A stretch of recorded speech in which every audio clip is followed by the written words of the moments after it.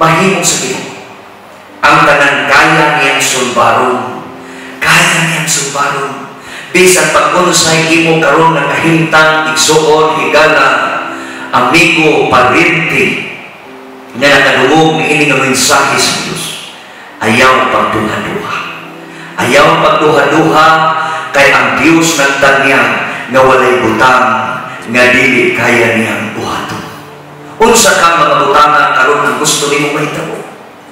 Lain example parehas sa among sitwasyon karon dinhi sa Pilipinas. Ang gusto sa gobyerno nga ang imong kinabuhi mopahilayo ka gikan sa mga tawo nga naay sakit or magpahilayo ka gikan sa community o adto ka sa imong balay.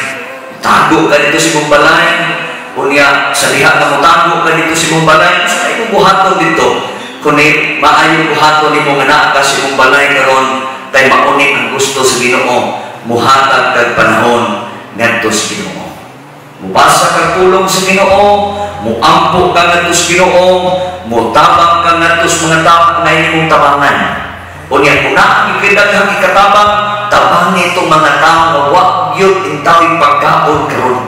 Kay naman kay sa diha nga imo ning buhaton sama ra nga nibuhat ka sa trabaho pun sa Ginoo. Kay ikaw ang himuon sa Dios nga extension sa Ginoo sa iyang ministry. Bisan pa sa nabuhat man sa Dios ang tanan, pagluwas niya sa imong kinabuhi, pag-ayos sa imong kinabuhi, pero igsuon sa ilang ikaw, human kang gidawat sa Ginoo, hinumdumi nga anak ka sa Dios.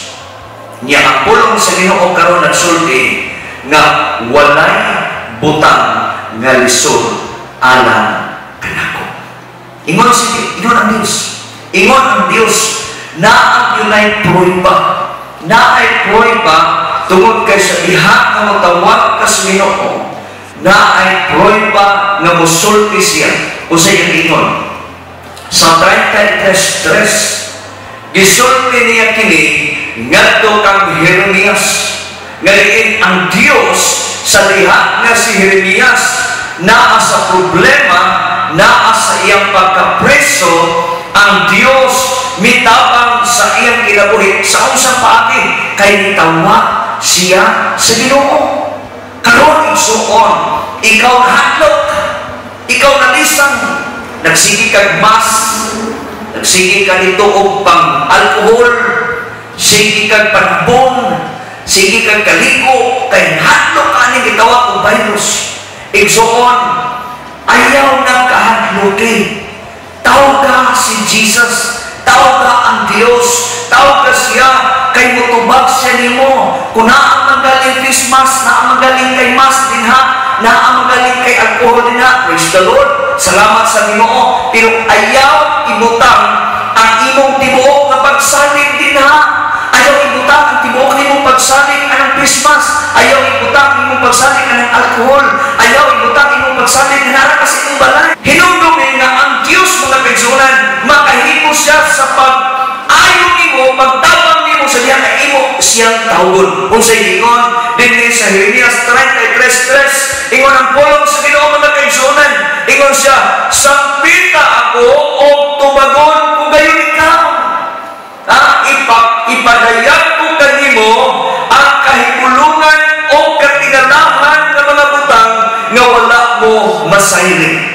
Unsa kuno ang sikreto ni ay atong karon ani nga sitwasyon, mga kahigalaan, kaigsuonan, mga higalang amigo, ang sikreto ni ay buhaton, tawag ka lang ang Dios. Tawag ka siya kay mutabang siya nimo. Mutabang siya nimo, unya ang iyang pagtabang ipakita niya nimo ang kahibulungan mo tang. Kahibulungan mo tang mo pasabot na wala nimo siya dahuman. Buhaton sa Dios sa iyong kinabuhi, ipakita niya ang katingalahan.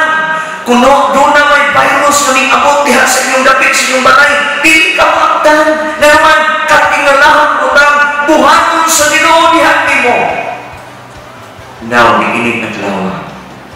Nakahimo ba ka?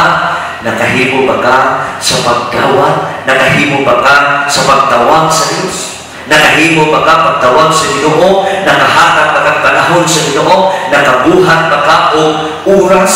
Nakahimo ba ka o oras na imong gigahin para sa Ginoo aron imong masapit ang Dios?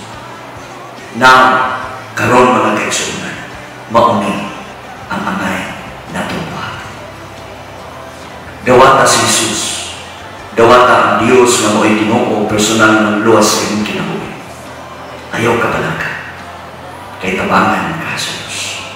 Nagpasalig ang Diyos, diha kanino, na walay butang na lisod alam kaniya. Tawag ka siya, sampita siya, kay siya mutabang o mutubag kanino, magapakita kanino, o dagko kay bulungan mga butang na wala mo isay.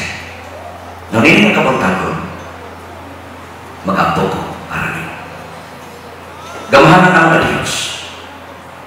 Tuburan ka sa tanang niining oras ang tao nga nakadungog karon, naminaw karon, niining ang mensahe. Ablihi ang iyang kasing-kasing, ablihi ang iyang una-una, ablihi ang tibuok niyang kinabuhi, nga siya mosalig kanino, siya modangog kanino, siya mo doon kanino, siya mo ila ngana kanino ni ining oras.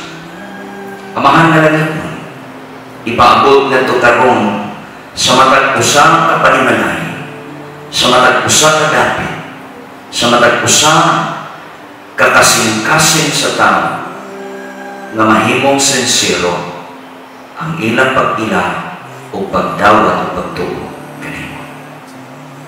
Amahan nga langit nun, salamat sa kadawkawasan, sa kaayuhan, salamat Ginoo, na niining orasan, imo nang gibuhat ang dagkong mga butang, kahibulungan mga butang, sa diha nga kami mudamo kanimo. Sa ngalan nimo amahan nga langit nun, among ihalad ang tanan, sa imong ngalan among ginatugyan. In the name of Jesus Christ. In Jesus' name. Higala isuon, niining adlaw, ako kang ihangyo, ako kang dapit sa pagdawa o pagsulod diha sa presensya sa Diyos. Gusto ba kang magdawa ni Ginoong Jesus? Niyan itong mga tao wala pang madawat sa Ginoo, ako kang iimbitan.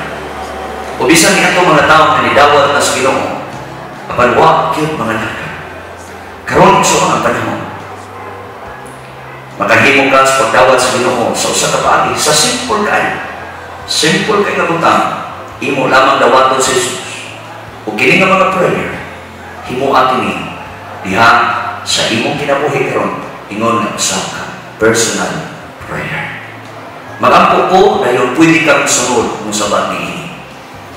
Amahan nga langit mo, akong giila nga ang akong kinabuhi masalay ko kanunay. Nagkinahanglan ko sa imong tabang. Sipyat man ko Ginoo, sayop man ko sa akong sinultihan, sa akong una-una, o sa akong tinanawan. Niining orasa, nagkinahanglan ko sa imong tabang Ginoong Dios. Ako kang giimbita sa pagsulod sa akong kasing-kasing. O ako kang ilhon nga Ginoo, o maoy magdumala o magdumina sa akong kinabuhi. Ako kang alagaran Ginoo, o ako kang simbahon Ginoo, gikan karon hangtod sa imong pagbalik. Salamat Ginoong Dios sa kaluwasan sa akong kinabuhi nga imong gibuhat karon o kapasayloanan sa akong mga sala.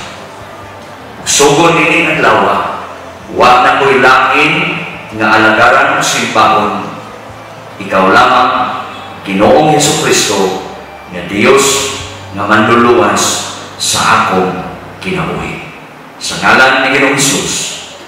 Amen.